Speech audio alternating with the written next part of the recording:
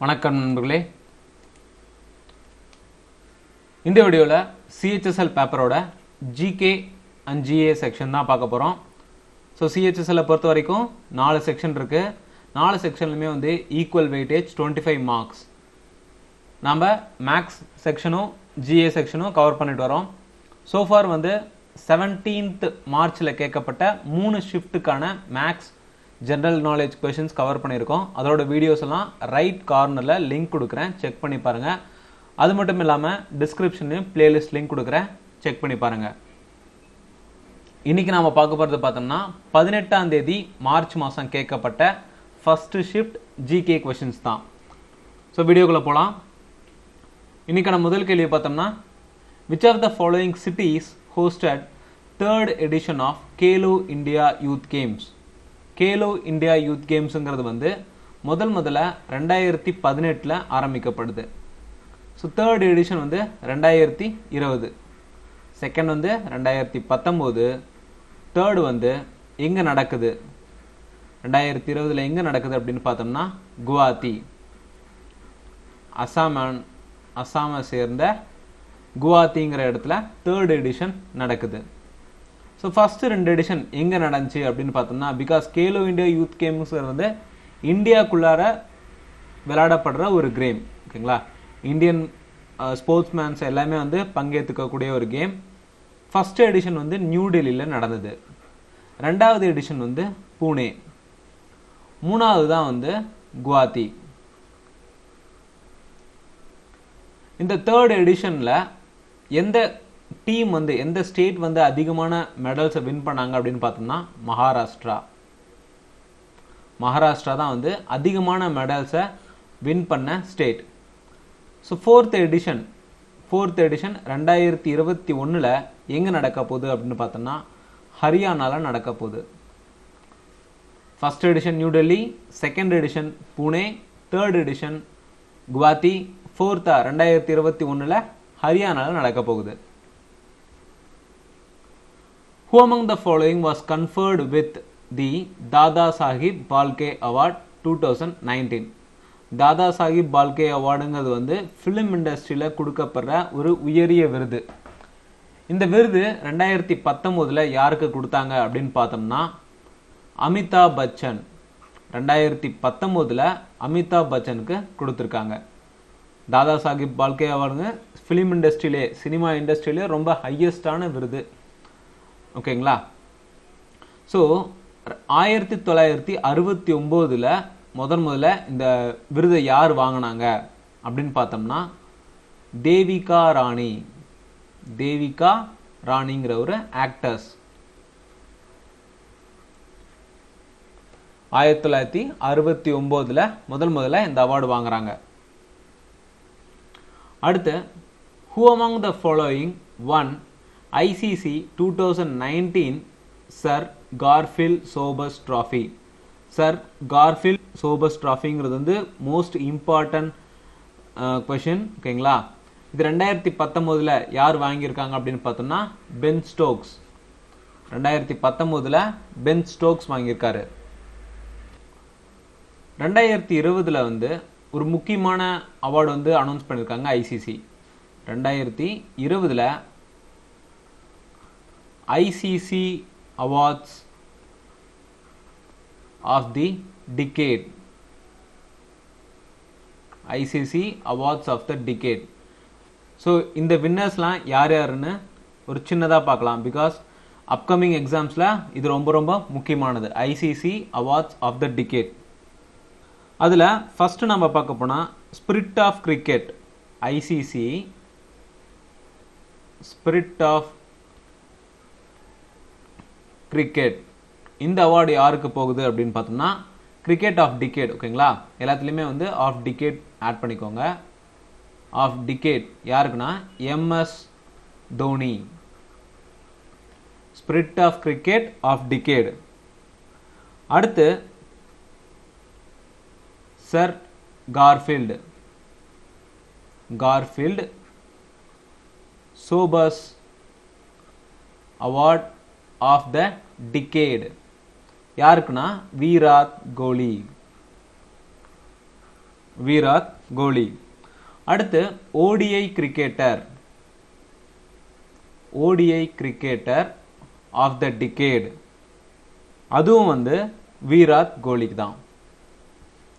Next வந்து T20 international cricketer of the decade, இது வந்து ஆப்கானிஸ்தானை சேர்ந்த ரஷீத் கான், ஆப்கானிஸ்தான் பிளேயரான Rashid Khan. T20 international cricketer of the decade வந்து Rashid Khan. Test cricketer of the decade யாருக்குன்னு பார்த்தோன்னா Steve Smith Australian player. So அடுத்து விமென்ஸில் பார்க்க போனால் விமென்ஸில் ஐசிஐசி அவார்டு வந்து யாருமே இந்தியாவை சேர்ந்து வாங்கலை. So ODI cricketer, woman ODI cricketer of the decade யாருன்னு பார்த்தோம்னா எலிசி பெர்ரி ஆஸ்திரேலியா. அடுத்து T20 international cricketer of the decade, அதுவும் வந்து எலிசி பெர்ரி ஆஸ்திரேலியா. ஸோ இதெல்லாம் வந்து 2020 ICC awards of the decade. ரொம்ப ஞாபகம் வச்சுக்க வேண்டியது, பிகாஸ் அப்கமிங் எக்ஸாம்ஸில் கேட்க அதிகமான எக்ஸ்பெக்டேஷன் இருக்கு. ஐசிசி அவார்ட்ஸ் ஆஃப் த டிகேட்ல ICC spirit of cricket of decade யாருக்கு? MS Dhoni. Sir Garfield Sobers 2019 பார்த்துருக்கோம். 2020 sir Garfield Sobers award of the decade வந்து Virat Kohli. ODI cricketer of the decade வந்து Virat Kohli. T20 international cricketer of the decade Rashid Khan, Afghanistan சேர்ந்தவர். அடுத்து test cricketer வந்து Steve Smith, ஆஸ்திரேலியாவை சேர்ந்தவர். விமனை பொறுத்த வரைக்கும் விமனில் இந்தியன் பிளேயர்ஸ் யாரும் வாங்கலை. ஓடிஐ கிரிக்கெட்டர் வந்து Ellyse berry, T20 international கிரிக்கெட்டரும் எலிசி berry தான். கிளியர்? ஸோ உமனை பொறுத்த வரைக்கும் ஐசிசி அவார்ட்ஸ் ஆஃப் த டிகேட்ல யாருமே இந்தியாவிலேருந்து வாங்கலை. அது மட்டும் ஞாபகம் வச்சுக்கோங்க, பிகாஸ் ஆப்ஷனில் வரும்போது இந்தியாவை சேர்ந்து யாரும் வாங்கலை, அப்போ வேற யாராக இருக்கும் அப்படிங்கிறத கெஸ் பண்ணிடலாம். ஓகேங்களா? இந்த contact of memory size in computer data storage 1 GB, அதாவது 1 GB is equal to how many MB megabytes? So 1 GB is 124 MB. 124 MB. ரொம்ப பேசிக் கொஸ்டின் தான், ரொம்ப ஈஸியும் கூட. அடுத்து who was the chairman of drafting committee of the Constituent Assembly of India? B.R. Ambedkar, Jawaharlal Nehru, Sardar Vallabhbhai Patel, Rajendra Prasad. So இந்திய அரசியலமைப்பில் இந்த drafting கமிட்டியில் வரைவு குழு, ஓகேங்களா, அதில் தலைவராக இருந்தவர் யார் அப்படின்னு பார்த்தோம்னா B.R. அம்பேத்கர். இந்த டிராஃப்டிங் கமிட்டியில் மொத்தமாக எத்தனை பேர் இருந்தாங்கன்னு சில நேரம் கொஸ்டின் கேட்குறாங்க. மொத்தமாக 7 மெம்பர்ஸ் இருந்தாங்க. ஸோ வேறு சில கமிட்டிஸ் அப்படின்னு பார்த்தோம்னா யூனியன் பவர்ஸ் கமிட்டியோட ஹெட் யாருன்னு பார்த்தோம்னா ஜவஹர்லால் நேரு. யூனியன் கான்ஸ்டிடியூஷன் கமிட்டியோட ஹெட்டும் வந்து ஜவஹர்லால் நேரு. ஸ்டேட்ஸ் கமிட்டியோட ஹெட்டும் வந்து ஜவஹர்லால் நேரு. யூனியன் கான்ஸ்டிடியூஷன் பார்த்தோம். அதே மாதிரி ப்ரொவின்ஷியல் கான்ஸ்டிடியூஷன், அதுக்கு வந்து Sardar Vallabhbhai Patel. Rules of procedure வந்து ராஜேந்திர பிரசாத்.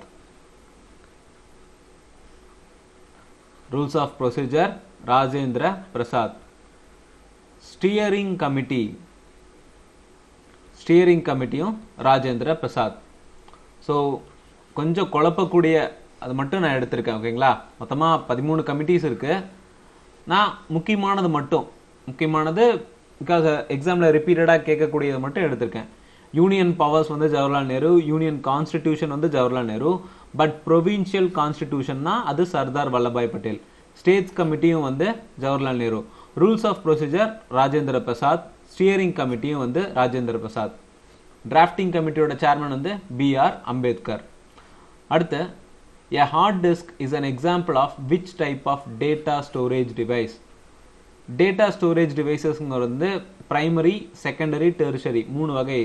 இந்த ஆஃப்லைனுங்கிறது வந்து நார்மல் நம்ம கூகுள் ஃபோன் ஸ்டோரேஜ் மாதிரி தான், ஓகேங்களா. ஆஃப்லைன் கிடையாது, இந்த 3 பொறுத்து தான் நம்ம கேட்பாங்க. ஸோ இதில் ஹார்ட் டிஸ்க் எந்த டைப்பை சேர்ந்தது அப்படின்னு பார்த்தோம்னா, ஹார்ட் டிஸ்க் வந்து secondary storage devices. Hard disk வந்து secondary storage devices. Secondary storage டிவைசஸ்லேயே வந்து 3 வகையாக பிரிக்கலாம். ஒன்று வந்து மேக்னட்டிக், இன்னொன்று வந்து ஆப்டிக், அடுத்து சாலிட் ஸ்டேட். ஓகேங்களா, சும்மா டைப்ஸ் மட்டும் தெரிஞ்சு வச்சுக்கோங்க. செகண்டரி ஸ்டோரேஜில் வந்து மேக்னட்டிக் இருக்குது, ஆப்டிக்கல் இருக்குது, சாலிட் ஸ்டேட் இருக்குது. இப்போ ஒருவேளை ஹார்ட் டிஸ்க் வந்து இந்த 3ல் எந்த வகை அப்படின்னாங்கன்னா அது மேக்னட்டிக். மேக்னட்டிக் ஸ்டோரேஜ் டிவைசஸில் hard disk is an example. ஆப்டிக்கலை பொறுத்த வரைக்கும் சிடி, டிவிடி, அதே மாதிரி ப்ளூரே டிஸ்க்லாம் இருக்குது பார்த்தீங்களா, இதெல்லாம் வந்து ஆப்டிக். சாலிட் ஸ்டேட் அப்படின்னா நம்ம யூஸ் பண்ணுற யூஎஸ்பி டிவைசஸ், அதெல்லாம் வந்து சாலிட் ஸ்டேட். ஓகேங்களா, solid state storage devices. So இதெல்லாம் தான் வந்து செகண்டரி ஸ்டோரேஜ் டிவைசஸோட types. Who among the following was appointed as the Deputy Governor of Reserve Bank of India in January 2020? ஜனவரி 2020ல துணை ஆளுநராக யாரை வந்து அப்பாயின்மெண்ட் பண்ணாங்க அப்படின்னு கேட்டிருக்காங்க. இதில் ஆப்ஷன் பார்த்தோம்னா NS Viswanathan, BP Kanungo, Michael Debabrata Patra, Viral Acharya. இவங்க 4 பேருமே வந்து ரிசர்வ் பேங்க் ஆஃப் இந்தியாவோட டெபுட்டி கவர்னர்ஸ் தான். மொத்தமாக 4+5ங்கிறது தான் வந்து RBI. ஒருத்தர் வந்து கவர்னர், மிச்ச 4 பேர் வந்து டெபுட்டி கவர்னர். ஸோ RBIயோட பிரசன்ட் கவர்னர் யாருன்னு பார்த்தோம்னா சக்தி கந்தா தாஸ். சக்தி கந்தா தாஸ் தான் வந்து கவர்னர். அடுத்த 4 டெபுட்டி கவர்னர் யாருன்னு பார்த்தா இந்த 4 பேருமே ப்ரெசண்ட்டாக இருக்க டெபுட்டி கவர்னர்ஸ் ஆஃப் RBI. இதில் ஜனவரி 2020ல் அப்பாயின்மெண்ட் ஆனவங்க யார் அப்படின்னு பார்த்தோம்னா மைக்கேல் திபேத்ர பத்ரா. மைக்கேல் திபேத்ர பத்ரா இவர் தான் வந்து ஜனவரியில் அப்பாயின்மெண்ட் ஆனவங்க. ஸோ இதில் இன்னொருத்தர் இருக்க. ஸோ ஆப்ஷனில் இருக்கிறதுல இப்போ ப்ரெசண்ட்டாக இருக்க டெபுட்டி கவர்னர்ஸ்ன்னு பார்த்தோன்னா BP கனுங்கோவும் மைக்கேல் திபேத்ர பத்ராவும். வேற 2 பேர் அப்படின்னு பார்த்தோம்னா M Rajeshwar Rao. M Rajeshwar Rao, MK Jain. MK Jain, M Rajeshwar Rao, BP Kanungo, Michael Debabrata Patra. இவங்க 4 பேரும் ப்ரெசண்ட்டாக இருக்க 4 deputy governors. So MS Viswanathan, Viral Acharya deputy governors தான். பட் இப்போ ப்ரெசண்ட்டாக இந்த 4 பேர் இருக்காங்க. BP Kanungo, Michael Debabrata Patra, M Rajeshwar Rao, MK Jain. இதில் ரீசெண்டாக, அதாவது அக்டோபர் 2020ல் அப்பாயின்மெண்ட் ஆனது M ராஜேஸ்வர ராவ். ஜனவரியில் அப்பாயின்மெண்ட் ஆனது மைக்கேல் திபேத்ர பத்ரா. ஓகேங்களா, ரீசெண்டாக 2020ல் அப்பாயின்மெண்ட் ஆனது இவங்க 2 பேர் தான். அடுத்து, what was India's overall rank in the medals tally in the 23rd edition of Asian Athletics Championship? 23rd edition of Asian Athletics Championship எங்கே நடக்குது? தோஹாவில் நடக்குது. தோஹா கத்தாரில் இருக்குது. ஓகேங்களா, இதில் இந்தியாவோட ஓவரால் ரேங்க் என்ன அப்படின்னு பார்த்தோம்னா இந்தியாவோட ரேங்க் வந்து 4th. இந்தியாவோட ரேங்க் வந்து 4th. இதுவே 22nd எடிஷன் வந்து இந்தியாவில் நடக்குது, அதுவும் புவனேஸ்வரில் நடக்குது. அப்போ வந்து இந்தியாவோட ரேங்க் வந்து ஃபஸ்ட்டு ஸ்பாட்டில் இருந்தது. 2020 நடக்கிறதுல நம்ம 4வது ஸ்பாட்டில் இருக்கோம். ஃபர்ஸ்ட் யார் இருக்காங்கன்னு பார்த்தோன்னா பஹ்ரைன் இருக்காங்க, அதிக மெடலோட பஹ்ரைன். செகண்ட் வந்து சைனா, தேர்ட் வந்து ஜப்பான், ஃபோர்த்து இந்தியா. ஸோ இந்தியாவில் கோல்டு மெடல் வாங்கினது அப்படின்னு முக்கியமானதுன்னு யாருன்னு பார்த்தோம்னா, ஒன்று வந்து பியூ சித்ரா. இவங்க 1500 மீட்டர் ரேஸில் கோல்டு வின் பண்ணாங்க. அடுத்து தேஜிந்தர் பால் சிங்தூர், தேஜிந்திர பால் சிங்தூர், இவர் வந்து ஷார்ட் புட்ல கோல்டு வின் பண்ணார். பியூ சித்ரா 1500 மீட்டர் ரேஸ்ல, தேஜிந்தர் பால் சிங்தூர் வந்து ஷார்ட் புட்ல. ஸோ இந்த 23rd ஏஷியன் அத்லெட்டிக்ஸ் சாம்பியன்ஷிப் கத்தாரில் நடந்தது. ஓகே, எந்த ஸ்டேடியம் அப்படின்னு பார்த்தோம்னா கலீஃபா இன்டர்நேஷ்னல் ஸ்டேடியம். கலீஃபா இன்டர்நேஷ்னல் ஸ்டேடியம். ஏன் நம்ம ஸ்டேடியம் பேரை மென்ஷன் பண்ணுறோம் அப்படின்னு பார்த்தோம்னா, திடீர்னு இந்த ஸ்டேடியம் நேம் மென்ஷன் பண்ணி எங்கே இருக்குது, எந்த கண்ட்ரியில் இருக்குது அப்படின்னு கேட்டுருவாங்க. இல்லை சிட்டியை மட்டும் மென்ஷன் பண்ணுவாங்க, தோஹா, பீஜிங், அந்த மாதிரி சிட்டியை மட்டும், மெயினான சிட்டியை மட்டும் மென்ஷன் பண்ணுவாங்க. அதனால தான் வந்து ஸ்டேடியம் பேரும் சொல்லிட்டேன், கலீஃபா இன்டர்நேஷ்னல் ஸ்டேடியம். எங்கே இருக்குது? தோஹாவில், கத்தாரில் இருக்குது. அடுத்து, the rhythmic rise and fall of ocean water twice in a day is called rhythmic fall and rise.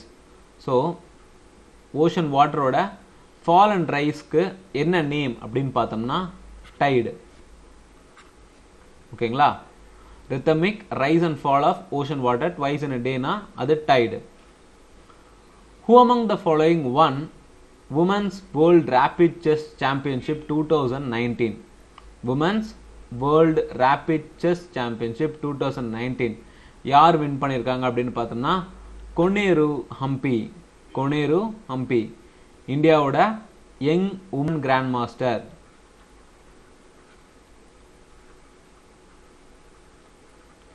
Young woman grand master Koneru Hampi.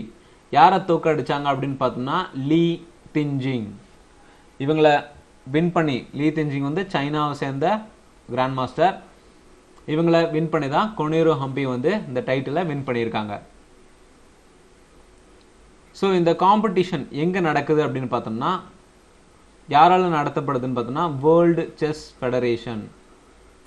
World chess federation. World chess ஃபெடரேஷனோட ஹெட் குவார்ட்டர்ஸ் வந்து Switzerland. World chess federation, இதோட headquarter வந்து Switzerland. அடுத்து, which of the following article of the Constitution of India has a provision for financial emergency? So 3 type of financial emergency இருக்கு, state, national and financial. இதில் financial emergency வந்து 360. financial emergency வந்து 360. நம்மளோட கான்ஸ்டியூஷனில் இது எந்த பார்ட்டில் மென்ஷன் பண்ணியிருக்கு அப்படின்னு பார்த்தோம்னா பார்ட் 18. பார்ட் 18 சேர்ந்த ஆர்டிக்கல் 352 இருந்து 360 வரைக்கும் எமர்ஜென்சி ப்ரொவிஷன். ஓகேங்களா? பார்ட் 18 352 இருந்து 360 வரைக்கும் எமர்ஜென்சி ப்ரொவிஷன். இந்த எமர்ஜென்சி ப்ரொவிஷன் எங்கிருந்து காப்பி அடிக்கப்பட்டது? ஜெர்மனி. ஜெர்மனி கான்ஸ்டியூஷன்ல தான் வந்து எமர்ஜென்சி ப்ரொவிஷன் வந்து காப்பி பண்ணப்பட்டது. அடுத்து, which of the following is not a credit rating agency in India? கடன் மதிப்பீட்டு நிறுவனம். இதுல கடன் மதிப்பீட்டு நிறுவனம் எது கிடையாது அப்படின்னு பார்த்தோம்னா RBI, reserve bank of India வந்து கிரெடிட் ரேட்டிங் ஏஜென்சியில் ஒன்று கிடையாது. இந்தியாவை பொறுத்த வரைக்கும் மொத்தமாக 7 கிரெடிட் ரேட்டிங் ஏஜென்சி இருக்கு. இந்தியாவை பொறுத்த வரைக்கும் 7 கிரெடிட் ரேட்டிங் ஏஜென்சி இருக்கு. அதில் கிறிசில் 1, கேர், ICRA, அடுத்து SMREA, brickwork rating,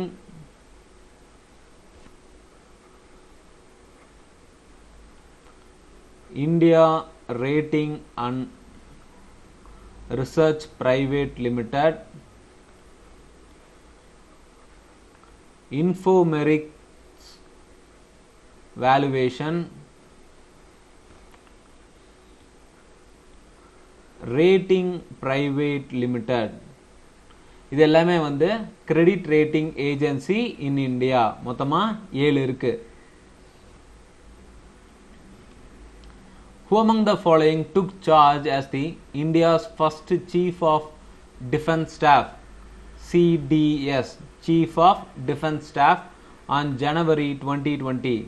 யார் வந்து first Chief of Defence Staff அப்படின்னு பார்த்தோம்னா general Bipin Rawat.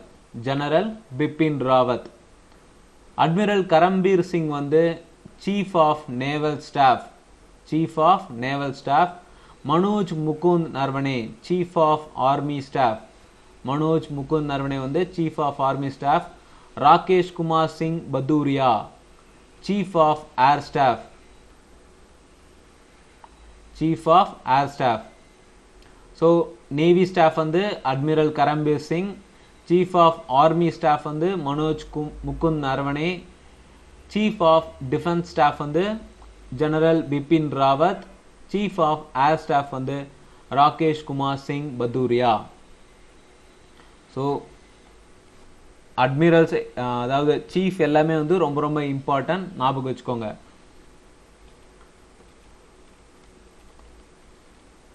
The Kathakali dance is a harmonious combination of dash forms of fine art. கத்தகளிங்கிற டான்ஸ் ஃபார்ம் வந்து ஒரு குறிப்பிட்ட வகையான காம்பினேஷன் சேர்ந்தது. ஒரு ஃபைன் ஆர்ட்ஸ். ஃபைன் ஆர்ட்ஸுங்கிறது வந்து நம்ம லிட்ரேச்சர், மியூசிக் இந்த மாதிரி டைப்ஸ்லாம் வந்து ஃபைன் ஆர்ட்ஸ் அப்படின்னு சொல்லுவோம். இந்த கத்தகளிங்கிறது வந்து ஒரு ட்ராமா மாதிரி தான் இருக்கும். அது எதெல்லாம் வந்து மென்ஷன் பண்ணது, எத்தனை வகையான ஃபார்ம்ஸை இதாவது ஃபைன் ஆர்ட்ஸை வந்து மென்ஷன் பண்ணுது அப்படின்னு பார்த்தோம்னா மொத்தமாக 5 வகையான ஃபைன் ஆர்ட்ஸை மென்ஷன் பண்ணுது. ஒன்று வந்து literature, music, painting,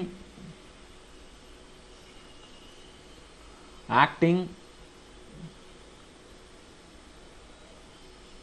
dance.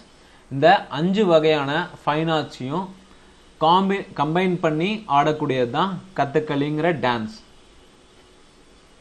Which of the following team won 129th edition of Durand Cup?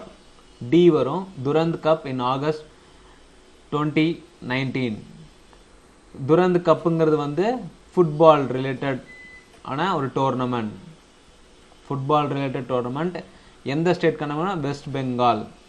ஓகேங்களா? 1888 இருந்து இந்த துரந்த் கப் வந்து விளையாடப்பட்டு இருக்கு இந்தியாவில். ஸோ 2019ஓட வின்னர் யாரு அப்படின்னு பார்த்தோம்னா கோகுலம் கேரளா. கோகுலம் கேரளாங்கிற டீம் தான் வந்து 129th edition ஆஃப் துரந்த் கப்பை வின் பண்ணவங்க. Under which of the following scheme has the government of India set up a new institution for development of and refinancing activities related to micro units? So இந்த micro யூனிட்ஸுங்கிறது தான் hint. இதில் micro units related எது வரும்? Micro யூனிட்ஸுங்கிறது வந்து middle scale industry அப்படிங்களா? So அது பிரகாரம் எந்த யோஜனா வருதுன்னு பாருங்கள், கம்பேர் பண்ணி பாருங்கள். நமக்கு ஃபர்ஸ்ட் ஆப்ஷனே முத்ரா. முத்ராவே வந்து ஒரு எம்எஸ்எம்இக்காக ஆரம்பிக்கப்பட்ட ஒரு ஸ்கீம் தான். So Mudra, PM Mudra Yojana is the answer. PM Mudra Yojana தான் வந்து கவர்மெண்ட் ஆஃப் இந்தியாவால் ஒரு ரீஃபினான்சிங் ஆக்டிவிட்டிஸ், எதுக்காகனா எம்எஸ்எம்இ ரிலேட்டடுக்கான ஒரு ரீஃபினான்சிங் ஆக்டிவிட்டீஸை ஸ்டார்ட் பண்ண ஒரு இன்ஸ்டிடியூஷன். அடுத்து தும்மலப்பள்ளி. தும்மலப்பள்ளி believed to have one of the largest uranium reserves in the world. It is situated in which of the following states? தும்மலப்பள்ளி நேமே வந்து ஆந்திரான்னு தெரியுது. ஓகேங்களா? Answer is Andhra. ஆந்திராவில் இருக்க கடப்பா டிஸ்ட்ரிக்டில் தான் இந்த தும்மலப்பள்ளிங்கிற ஏரியா இருக்குது. இதில் தான் வந்து லார்ஜஸ்ட் யுரேனியம் ரிசர்வ்ஸ் கிடைக்கப்படுது. Next question. In which of the following years did India come under the direct rule of British Crown? British Crown கீழே direct ரூலுக்கு எப்போ இந்தியா வந்தது அப்படின்னு பார்த்தோம்னா கிரேட் ரிவோல்ட் ஆஃப் 1857க்கு அப்புறம் டைரக்டாக பிரிட்டிஷ் க்ரௌனுக்கு கீழே இந்தியாவோட ஆட்சி வந்தது. அப்போ எந்த ஆக்ட் பிரகாரம் அப்படின்னு பார்த்தோம்னா government of India act 1858.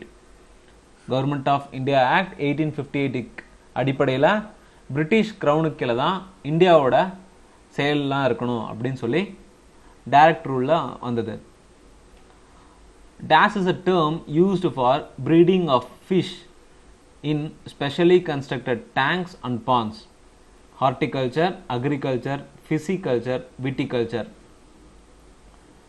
So இதில் எந்த முறையில் வந்து ஃபிஷ் ப்ரீடிங் மீன் வளர்ப்பு சம்மந்தமானது இருக்கும் அப்படின்னு பார்த்தோம்னா ஹார்டிகல்ச்சர் கிடையாது, அக்ரிகல்ச்சர் கிடையாது.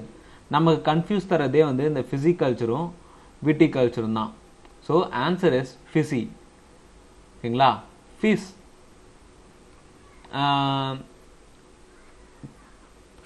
நார்மலாக மீன் ராசிக்கு ஃபீஸஸ் அப்படின்னு சொல்லுவாங்க.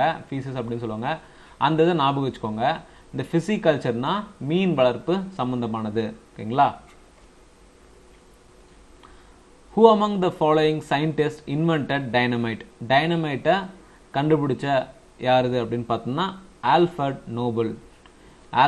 நோபல். இவரோட ஞாபகமாக தான் வந்து நோபல் பிரைஸ் வந்து கொடுத்துட்ருக்காங்க.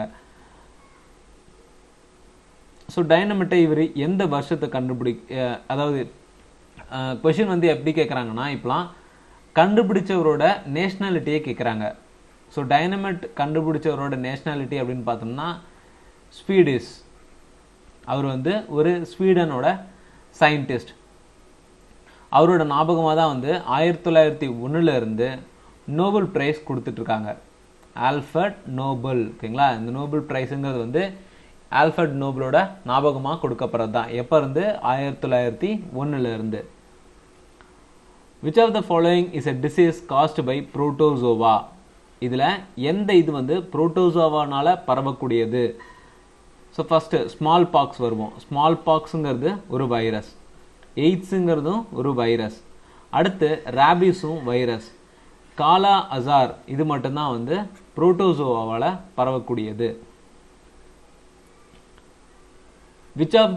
which is the largest uranium producing country in the world? Already நம்ம வந்து ஒரு டிஸ்ட்ரிக்ட் பார்த்துருக்கோம். ஆந்திர பிரதேசோட ஒரு டிஸ்ட்ரிக்டில் வந்து லார்ஜஸ்ட் யுரேனியம் ரிசர்வ் இருக்கிறதுக்கான வாய்ப்புகள் இருக்குது அப்படின்னு சொல்லி அனௌன்ஸ் பண்ணியிருக்காங்க.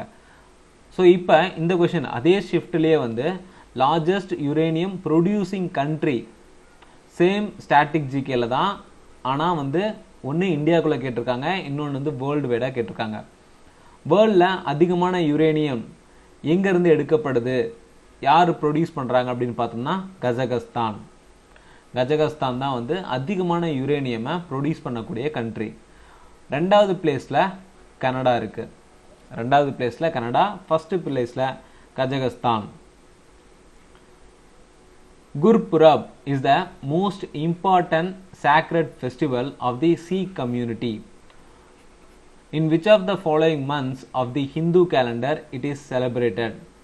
குருபுரப் அப்படிங்கிறது வந்து சீக் கம்யூனிட்டி, சீக்கிசம் சேர்ந்தவங்க செலிப்ரேட் பண்ணக்கூடிய ஒரு ஃபெஸ்டிவல், ஒரு பக்திகரமான ஃபெஸ்டிவல், சேக்ரட் ஃபெஸ்டிவல்னு வச்சுக்கோங்களேன். இந்த ஃபெஸ்டிவல் வந்து ஹிந்து கேலண்டர் படி எந்த மாதத்தில் கொண்டாடப்படுறாங்க அப்படின்னு பார்த்தோம்னா கார்த்திகை மாதத்தில் கொண்டாடப்படுறது தான் இந்த Gurpurab. Which of the following statement is correct? இதில் எந்த ஸ்டேட்மெண்ட் வந்து கரெக்டாக இருக்கு? Governor has the power to grant pardon in respect of punishment by the court martial. President has no power to grant pardon in respect of sentence influenced by court martial. Governor has no power to suspend, remit or commute a sentence of death. Governor has no power to grant pardon in case of death sentence. So இதில் order இருக்கிறதுன்னு பார்த்தோம்னா ஒரு பிரசிடெண்ட்டுக்கு கோர்ட்டால் தூக்கு தண்டனை விதித்த ஒரு கைதிக்கு அவரால் மன்னிப்பு கோரவே முடியாது. ஆப்ஷன் டி தான் வந்து கரெக்டா இருக்கு. ஓகேங்களா? Governor has no power to grant pardon in case of death sentence. மரண தண்டனைக்கு உள்ளான ஒரு ஆளுக்கு கவர்னரால மன்னிப்பு கோரவே முடியாது. இந்த pardoning powers இது எந்த ஆர்டிகல் அடிப்படையில் வருதுன்னு பார்த்தோம்னா ஆர்டிகல் 161. ஆர்டிகல் 161 கீழே தான் வந்து இந்த pardoning powers வருது. Which of the following scientist was awarded Nobel Prize for his service to theoretical physics and especially for its discovery of law of photoelectric effect? So இந்த law of photoelectric effect யாரு கொடுத்தாங்க அப்படின்னு தெரிஞ்சாலே ஆன்சரை கரெக்டாக சொல்லிடலாம். Law of photo electric effect வந்து Albert ஐன்ஸ்டீனால டிஸ்கவர் பண்ணப்பட்டது. Law of photo electric effect. So இதுக்காக 1921 ஆல்பர்ட் ஐன்ஸ்டீனுக்கு வந்து நோபல் பிரைஸ் கொடுக்குறாங்க. நோபல் பிரைஸ் எப்போ ஸ்டார்ட் பண்ணாங்க? 1901. ஸோ இதுக்கு முன்னாடி ப்ரீவியஸ் வீடியோவில் வந்து 2020 நோபல் பிரைஸ் யார் யார் வாங்கியிருக்காங்க அப்படிங்கிற கொஷினை வந்து ஷிஃப்ட் 3 நம்ம பார்த்துருக்கோம். ஸோ அதோட வீடியோ லிங்க் வந்து கார்னரில் கொடுக்குறேன், செக் பண்ணி பாருங்கள். சிஹெச்எஸ்எலோட ப்ரீவியஸ் இயர் கொஷின் பேப்பர் ரொம்ப ரொம்ப முக்கியம். ஏன்னா இதில் என்ன ஒரு லக்குனா இந்த சிஹெச்எஸ்எல் 2019 வந்து கொரோனானால போஸ்ட்போண்ட் ஆகி மறுபடியும் வந்து நடந்திருக்கு, 2020 நடந்திருக்கு. ஓகேங்களா? அதனால 2020 கேட்டது வர்றதுக்கான வாய்ப்புகளும் இருக்குது. அதே மாதிரி அது ரிலேட்டடான கொஷின்ஸ் வர்றதுக்கான வாய்ப்புகளும் இருக்குது. ஸோ இந்த வீடியோ உங்களுக்கு யூஸ்ஃபுல்லாக இருந்துச்சுன்னா உங்கள் ஃப்ரெண்ட்ஸ்க்கெலாம் ஷேர் பண்ணுங்கள். தேங்க்யூ ஃபார் வாட்சிங்.